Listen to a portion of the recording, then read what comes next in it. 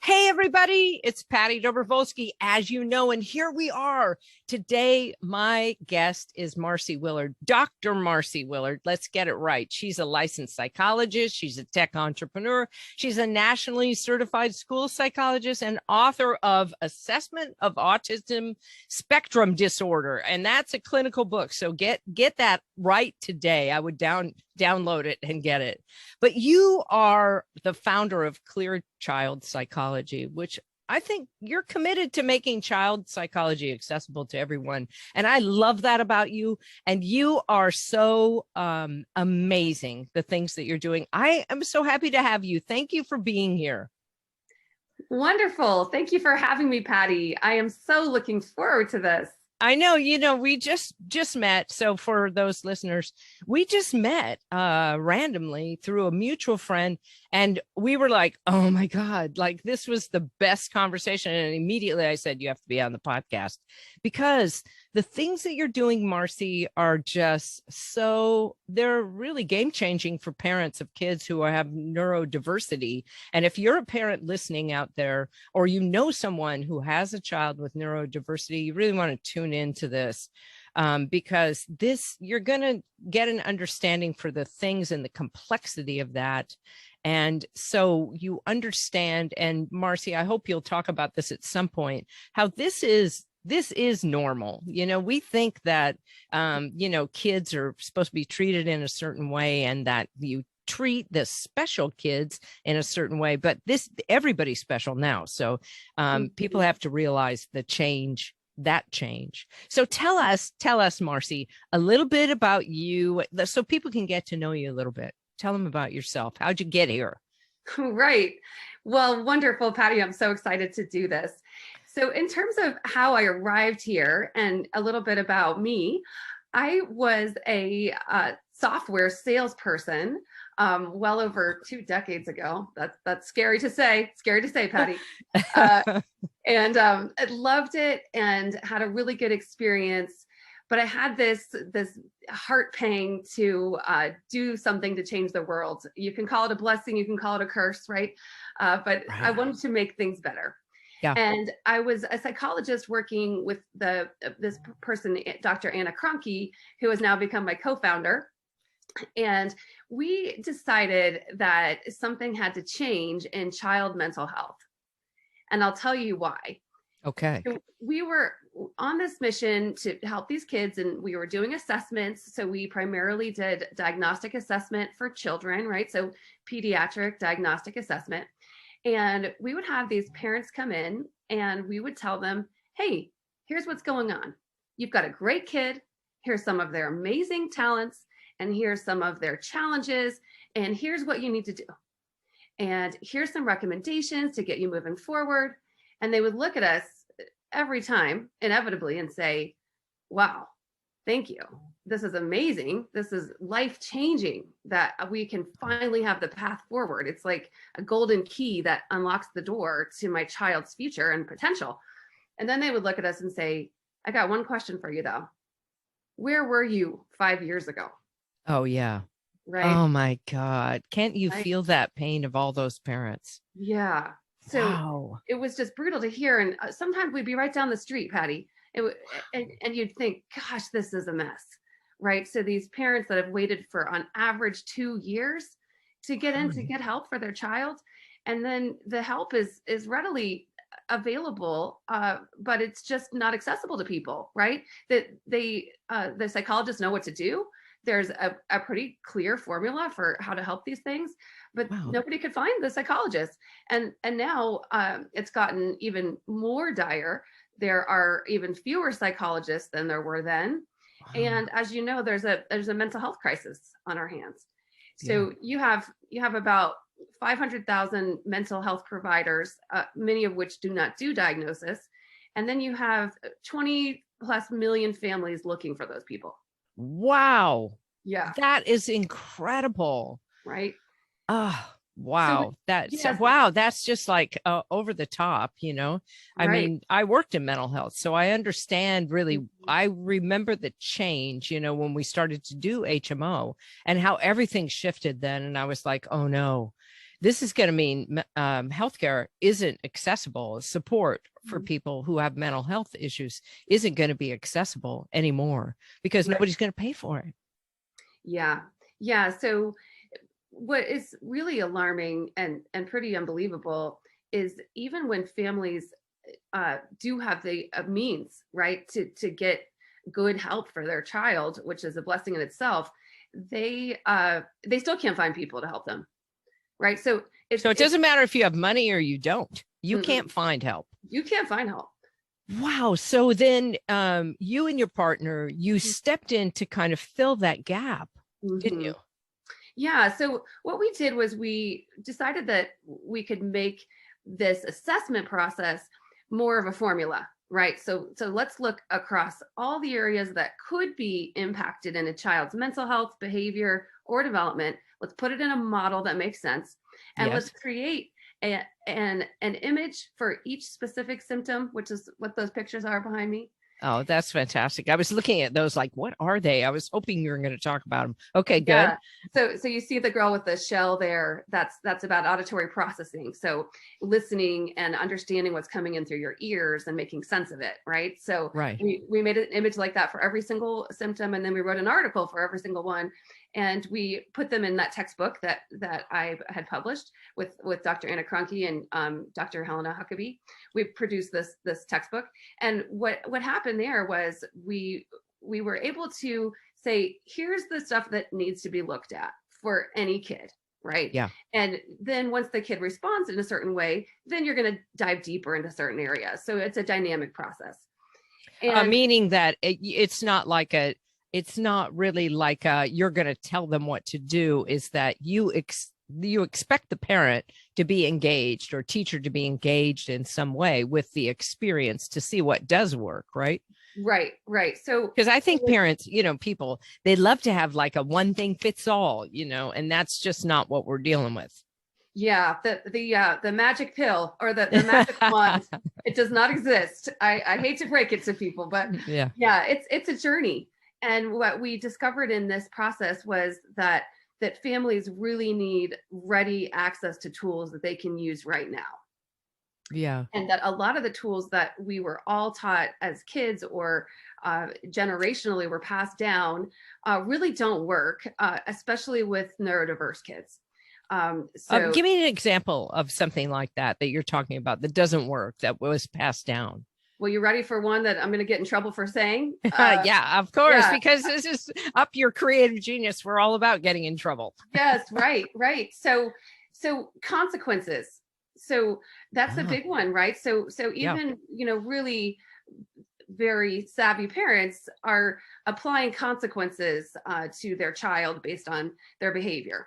And it sounds good. It sounds like an idea, right? So if they do these behaviors. Yeah, because then it would be like Skinner box, right? That if you go down and press the lever, then I'm going to give you a pellet, like Right. AKA your phone back. Right.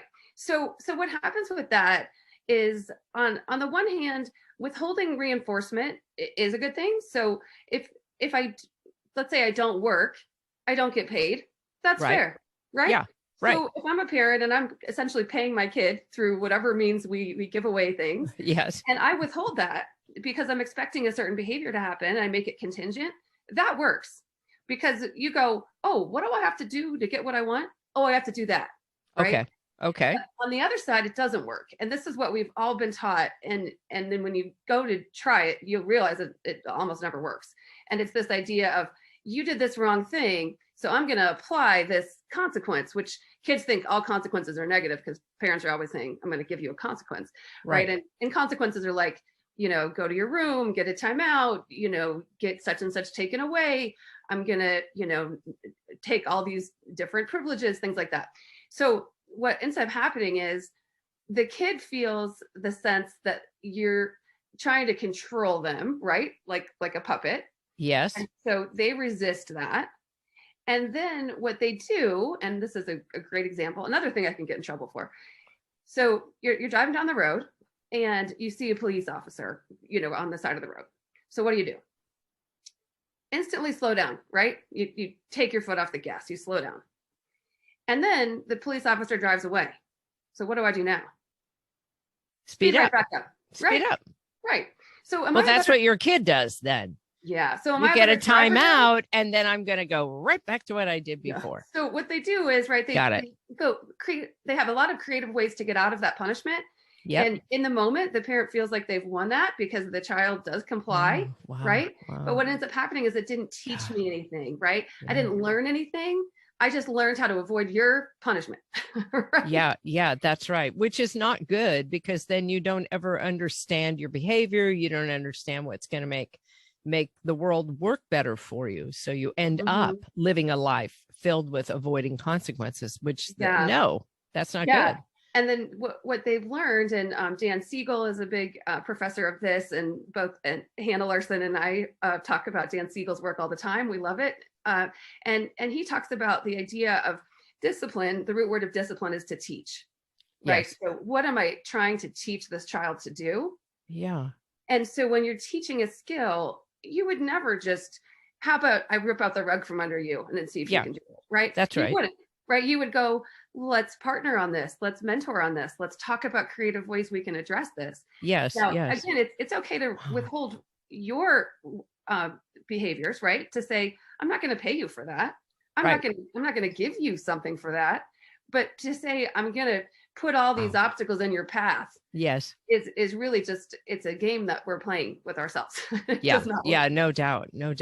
Well, now, so Marcy, you were in the schools, you saw these issues, and you were working with kids, and you saw these things happen. So you created this assessment that people could use. But talk about how you married your technology, because this is really the thing that I was so impressed by and interested in, was you created something from that made it easier for people to access it anywhere.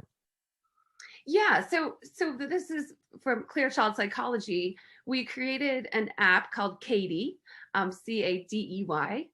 And CADE is a method for families to access the kinds of strategies and recommendations they need to help their child. Yes. And it's immediate. And that was really, really important, because when parents are under stress, they don't have time to go make an appointment and sit down and have these long discussions with you, even if they can get in.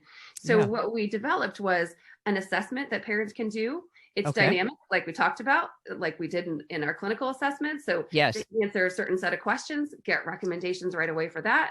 And then they can keep going if they have more questions that they want answers to, right? So we provide immediate recommendations in the moment through the app.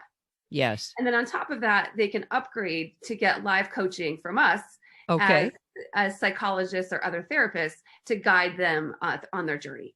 Oh, that's so fantastic. And I know that, I know that parents need that right now. They're just at a loss about what to do. So this to me is so incredible that you created this. Now tell me, you created then a whole business around this. So you did first the child care psychology, the Clear Child psychology, right? But what then? So now the app is happening. And so where are you in the process of that? And now you're really an entrepreneur in the entrepreneur space, right? So how did you adjust and learn what you needed to do? What did you do in your mindset in order to move and shift into this area? Were you just desperate, or did that desperation lead to something? Tell me about the entrepreneur part of it, because it's not easy to have a business that's around that, right? Right. Yeah. They say necessity is the mother of invention, right? Yeah, definitely. No doubt. Yeah. So I knew from the beginning that I wanted our tools to be technology based. Yes. And I also knew that I would never take the human element out of it. Right. So it's been an iterative adjusting process to determine what really is the best way to provide maximum access to the most people. Because you're talking about a diverse audience that's listening with diverse needs. Like every kid is unique, right? Right. And millions of people, right? So so it's not. Did you say 200 million, right? I said like that's million. How many? 20 million. 20 million. Yeah. 20 million. Yeah. So at least 20 million families that are actively seeking help. Yeah. And most of them won't get it. Most kids never get mental health support. So the idea that this is happening, right, kept me up at night and made us go, how can we get this into people's hands faster and more effectively, right? So we want to get it to everyone. And so if it's just me in my office and Anna in her office, right, we can only help so many people. No, you can only help however many patients you can see every week, right? And that's not the most effective way, because you want the parent to be the one who actually is helping the child, and then the child helping themselves, So that's huge, Patty, is that agency, right? The agency for the parents, because you're your child's best advocate, right? You care more than anybody. Yeah. And so you as the parent having those tools makes all the difference in the world. So it's one thing for you to come in, get an assessment with a psychologist, and you get your big fat report and you're on your way. Yes. Right. You don't have that sense of agency yet, right? You need the tools in your own toolbox so that the next time your child's freaking out at Target, you can say, okay, I'm going to help you, right? I know how to help you. I have some tools. And I'll just give you an example for that. So tantrums are a big one we talk about in our app and on our website. Tantrums, one of the big things that we teach is to shut your mouth. When your child is having a tantrum, be quiet. And we all want to just dance around and talk to them and negotiate with them and tell them you can't do that and that's not right, and let me tell you what you need to do, and let me give you some consequences, right? And the kid just spins up more and more and more, and now you're in the tantrum with them, right? Yeah, exactly. And so it's your tantrum now. Right. So we teach them to go sit by your child, be present, model your own calm demeanor, show that everything's okay by the way you present yourself, and sit with them and breathe and listen. And I'll tell you, even working in the schools, 9 times out of 10, that kiddo will open up and tell you what it really is. And even if you don't totally agree, you can just show that you get it, right? Like, I hear you. You really wanted that. Yeah. Right? Yeah. And they'll look at you like, oh, oh, okay. Right. Yeah. So I'm still mad, but I'm not nearly as mad because you get it. Right. Yeah. Well, and you're listening to me. Yeah. You're listening to what it's really about. And so then you've taught them something, right? Versus like, I'm just going to go toe to toe with you and we're going to escalate until one of us wins this. Instead of that, you go, I'm going to teach you how to calm down when you're upset, and you're going to use this the rest of your life. Right.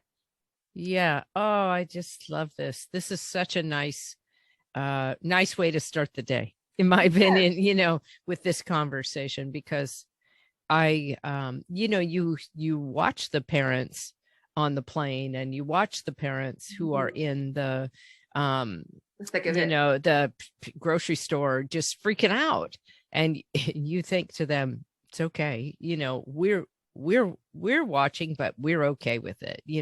I think that's part of it too. We get so judgy about everybody.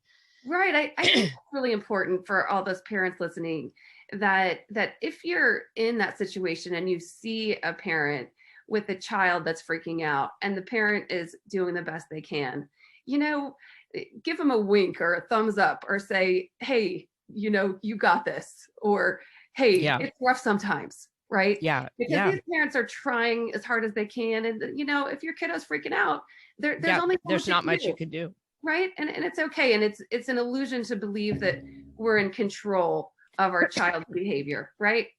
Okay.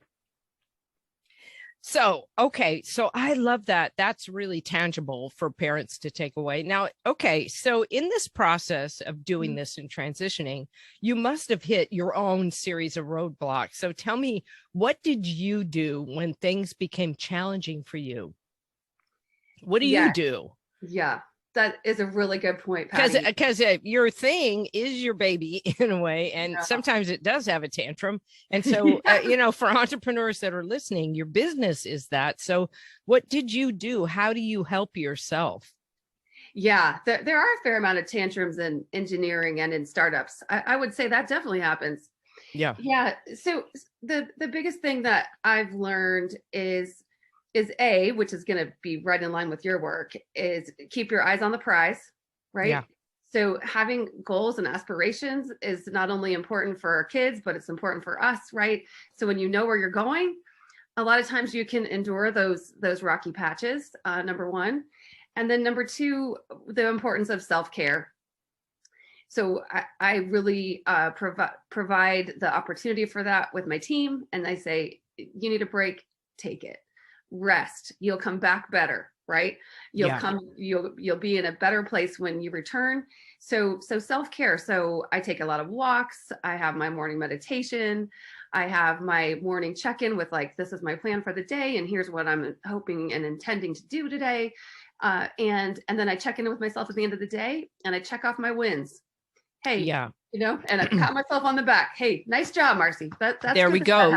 Really, you're hitting the success button. So I love that. I mean, normally I ask people, what's your day like? And there you have it. You gave it to us. But I love that what you said was, and I think for those of you that have teams that you're working with, even if it's a small team, you just have a VA or you're doing courses online or you've got whatever, what you're talking about is doing a daily check-in with them so that everybody's on the same page. And you know what you're working on.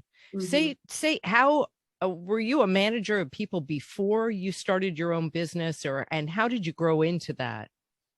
So I was in the business world before. I was not an entrepreneur before. So I didn't have the entrepreneurial background, but I certainly had a lot of business background. And I think the biggest thing that I learned, and I'm continuing to learn as we all are, is to she myself. Said, did you see her? Oh, if you're not watching, then she kind of looked off to the side. It was like a little in joke with herself about it. Yeah. Right. Okay, we're ready. There you go. That's what this is. So it's to be myself, right? Be authentic. And I knew that if I needed those breaks and those check-ins and those, hey, that was rough. Let's all acknowledge that. If I needed those things, my team likely did too, right?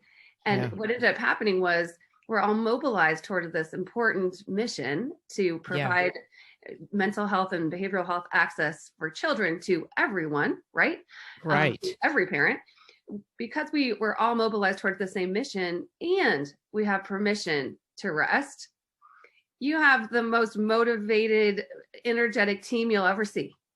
Yeah, because the goal is really clear and the need is really clear. I think this is, part of it when people are building their business or coming up with something they want to do in the world. You have to realize you're filling a need with what it is. It's not just that you want to go do something. You have to do something that that fulfills a service for the world in some way. Right. And when you marry your passion with service, then you accelerate your ability to expand. And you certainly have. So tell people what happened. Marcy did the mapping process, but Marcy made me stop doing what I've done in the past and start doing something new, which is really amazing. For example, I used to always have people draw the current reality and the desired future reality on the same map. But this year, I'm not doing it that way anymore because I learned something from you. And so tell them what you did with your map and what happened. Yeah. So I do think that Up Your Creative Genius is genius. And I had such a good experience with it that I am delighted to be on your podcast. So what I did, Patty, was I drew 2 pages, one with my current state and one with my future state. Yes. And I drew myself in the picture, which I learned was a really important aspect of this, right? Right. So putting yourself in the mindset of both places, right? My current reality and my future reality. And I drew them in black and white. And then I would put it away, right? I reflected on it. I got excited. I think I should say that first before I put it away. I was really excited about it. So I went about this as a creative, enjoyable process. And I'm not an artist. Anybody listening to this is going to crack up because I'm a stick figure. That's right. It doesn't matter. It's better if you draw stick figures, in fact. So okay, I love that. That's what the research shows. You remember it better. Okay, great. So I started drawing and I just thought, well, wouldn't that be neat? And it led to, oh, and another thing I want to try and another thing I want to do. Right. And so I start drawing that. And then on the current state, I say like, okay, here's where I am right now. And what ended up happening was after I put it away, things started to happen. And I would go back and color in the picture. And then I would go, wow, like this is literally coming to life, right? So the image that I had for my future self and my future vision was coming true and is coming true. And what I realized was a huge key that unlocked that was this getting in the creative process. It's one thing to set goals, and I am definitely for that, but goals are different than setting a vision, right? That's right. So you have goals and those are important. You set your timeline, you say, this is the thing I want to do by X date. But more than that is that emotional charge that you get, right? From saying, wouldn't that be neat? Right. Wouldn't that be incredible? Like, right. That's what I say, do the courageous, outrageous, so that you really put on your picture these outrageous things that you think, wow, I mean, like that would be so cool if that happened. And tell them what's one cool thing that happened that you had on your map that you didn't expect. Do I need to tell you which one this was? About the trophy.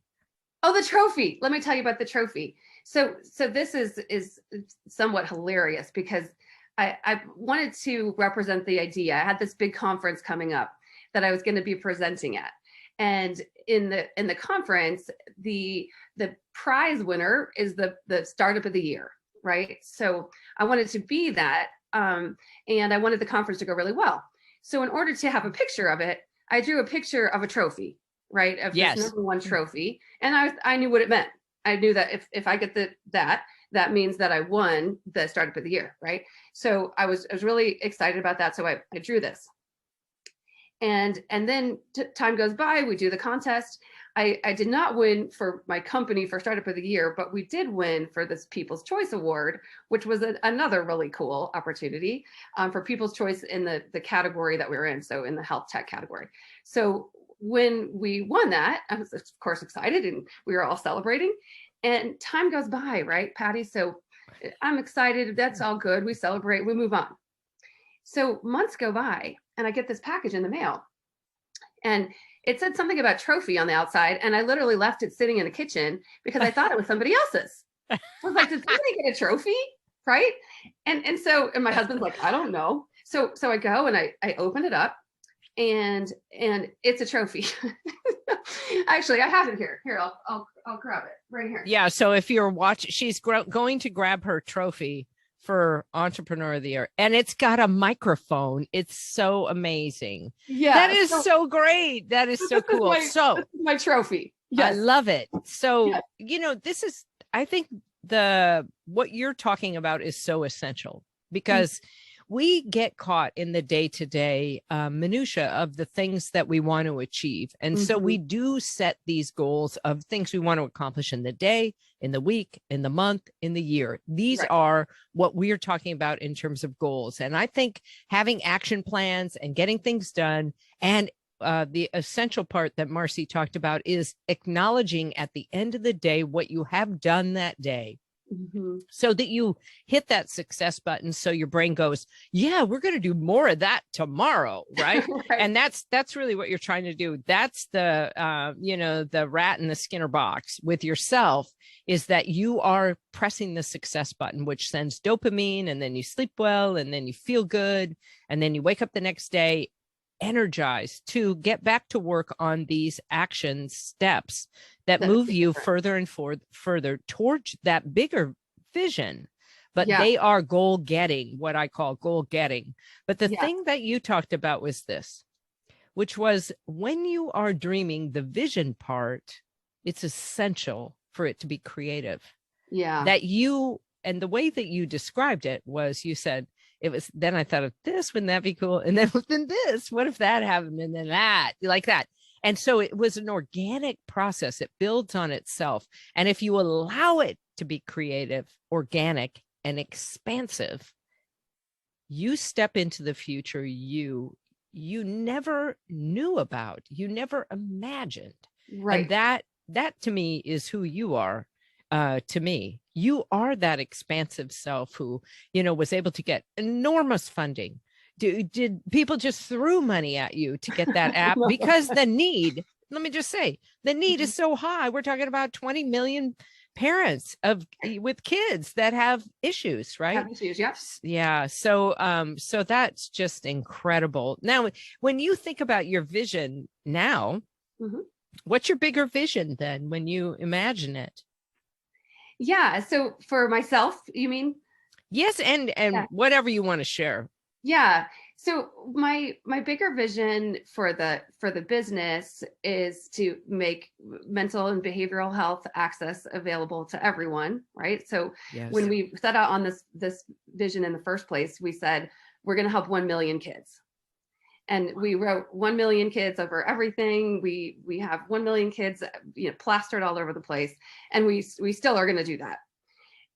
And it grew. Right. So the more people that I realized are really struggling like this, 1 million's not enough. So we get 20 million's what we're going for now. Yeah. We're going for 20 million. Right. Yeah. So having that as our North Star, our guiding light is huge. Right.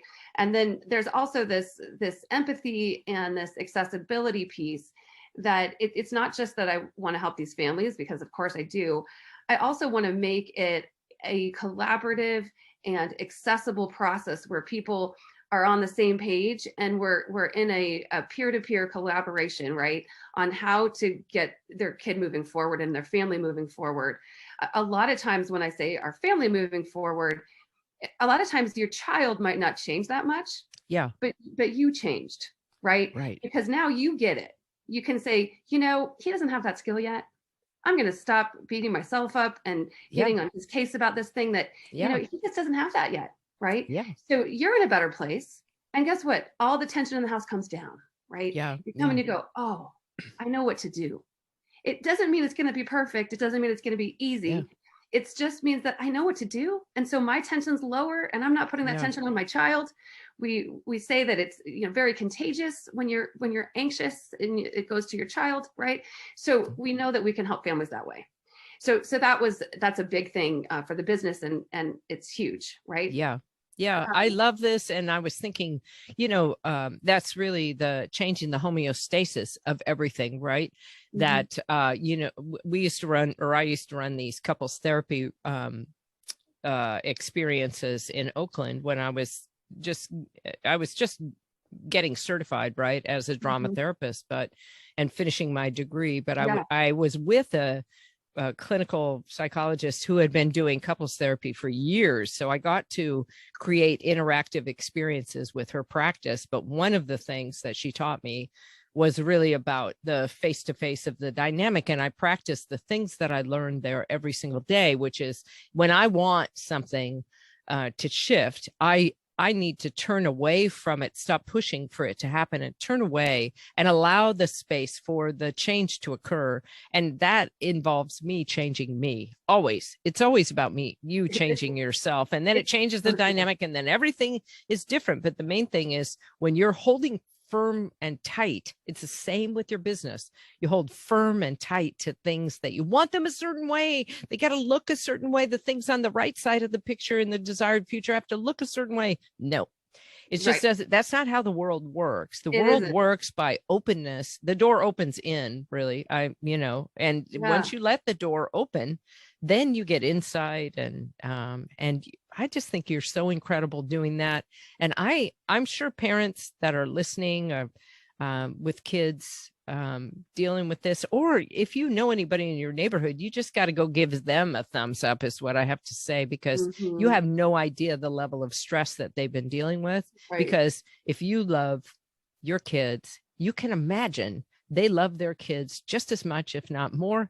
And they're doing everything they can to create a safe space for their child. And I like this because there's so much downstream benefit for this. You know, we see, we just see these pockets of kids that are just getting left behind. And once you're left behind, then you don't have a choice, but you just, go and do the wrong thing. And then you end up in a cycle of that, because at least you've gotten rewarded somewhere, right? Mm-hmm. And so I think part of it is that if you can help early on, to create a space for people to be who they are, right? And that's the authenticity too that you're talking about, even in your own experience of your life. When you think about, a lot of our listeners really tune in because they want to learn something new, of course, and also, but they are interested in pivoting. So what would you say, are some things for people who need to shift and pivot in their business or their family dynamic, or what tips would you give them? Yeah. So one of the biggest things that this is more for your own personal success in life, not necessarily for your parenting. I love that. One of the things that I would say is that I've learned, and it's been so powerful for me, that the things that you're afraid to do are the things that you must do. And the reason you're afraid is because that's the direction that your life needs to evolve. And so what I ended up doing that has been extremely transformative for me is every morning before 9 a.m., I list off what I call my power moves, which are the things that are moving me forward, that there's some reason why they just keep not happening, right? Yeah. So they just don't make the list every day. Well, the reason that I'm making the list is because I'm afraid to do that for whatever reason. Right. So, like you think you don't know enough, or you think it'll take too much time, or you're going to have to call somebody that you don't know. Right. Yeah.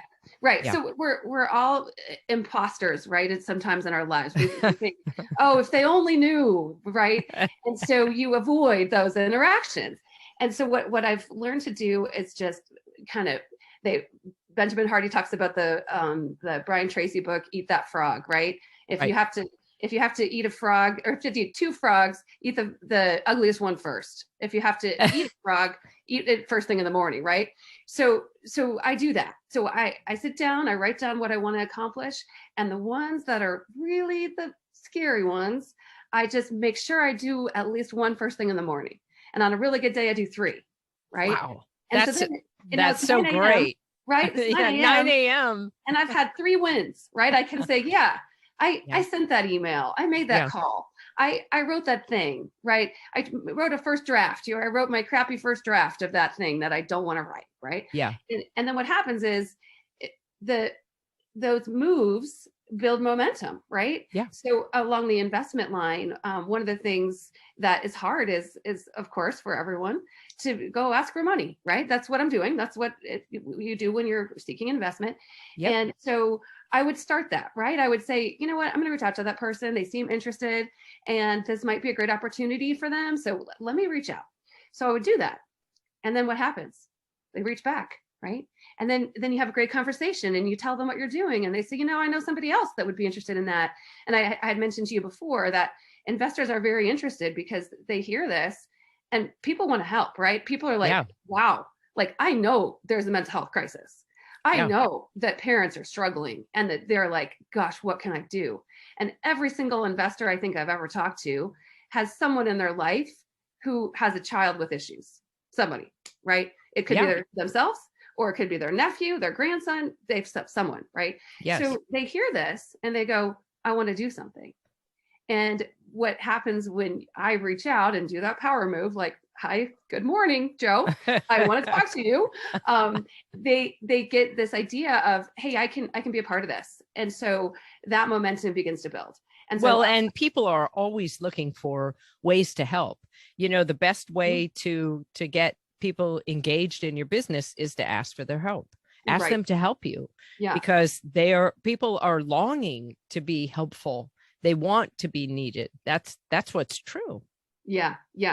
And so you think in your mind about setting, let's go back to kind of traditional goal setting. If I set a goal and if I work at that goal every day, odds are I'm going to get closer and closer and maybe make it, right? And this is even more powerful than that, because not only am I setting a goal, but I have this long-term vision for my life, right? And every day I'm making bold power moves towards it, right? Yes, and I would say this is how we leap over time. Really, this is how we close the time space continuum, is by doing something so challenging. It builds one, your confidence and your courage, because you realize, hey, if I did that once, I did that yesterday. So this is going to be no problem today if I'm going to call somebody else. Right. And so you get better and better at the things you're afraid of. And then you find these other things that you're afraid of. And you think, okay, but I had that success when I was afraid of that.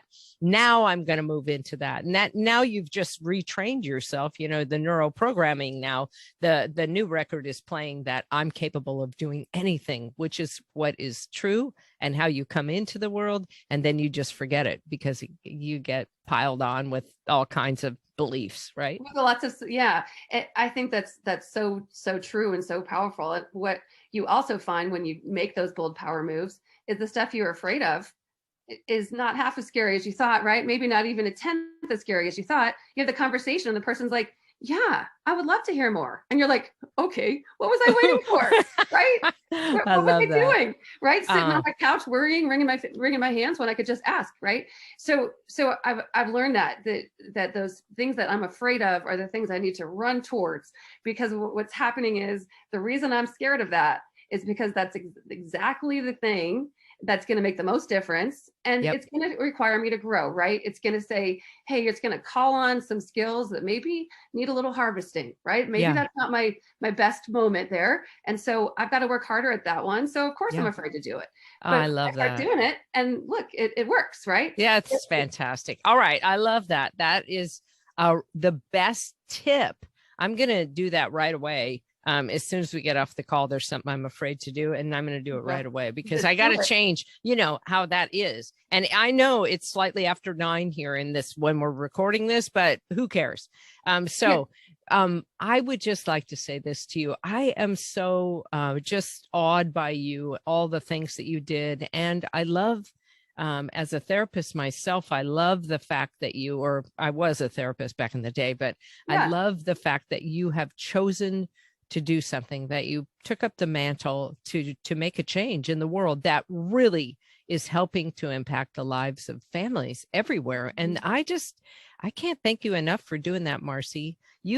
Having you here for this time, I can't wait to have you back, because I know that you're going to have new information for us, and that future that you're stepping into is just only begun. I think it's only begun. And so I just thank you so much for everything that you do.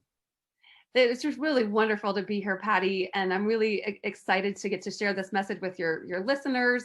And I would tell them, go do it. Go do it afraid. And see what happens. That's right. Do it afraid. Eat the frog. Yes. And in the show notes, you'll see how you can connect with Marcy.